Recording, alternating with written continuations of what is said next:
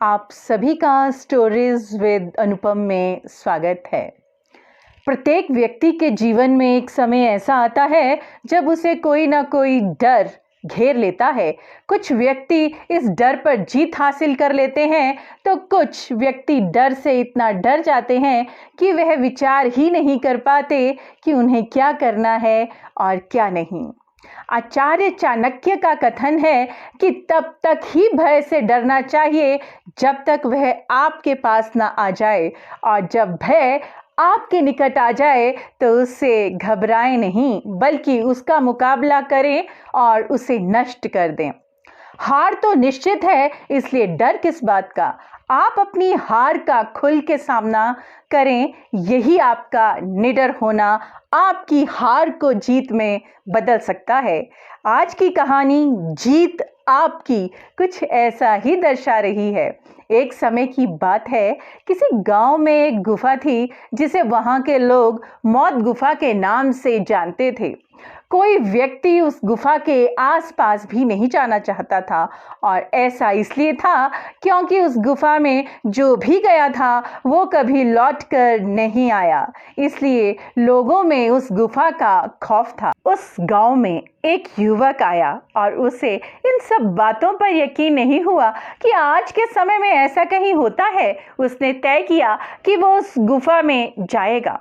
गांव के लोगों को पता चलता है कि वह युवक उस गुफा में जाने का विचार कर चुका है, तो उन्होंने उसे बहुत समझाया कि वहां से कोई भी व्यक्ति लौट कर नहीं आता। परंतु उस युवक ने तो ठान लिया था कि वो इस बात का पता करके ही रहेगा कि क्यों कोई व्यक्ति वहां से लौट कर नहीं आता।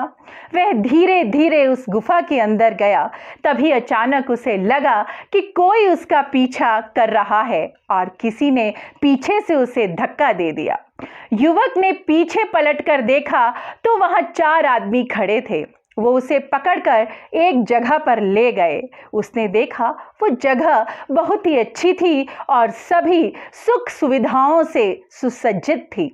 उन व्यक्तियों ने उस युवक को बताया कि हम भी तुम्हारी तरह इस गुफा में आए थे, पर यहाँ इतनी सुविधा देखकर यहीं पर ठहर गए।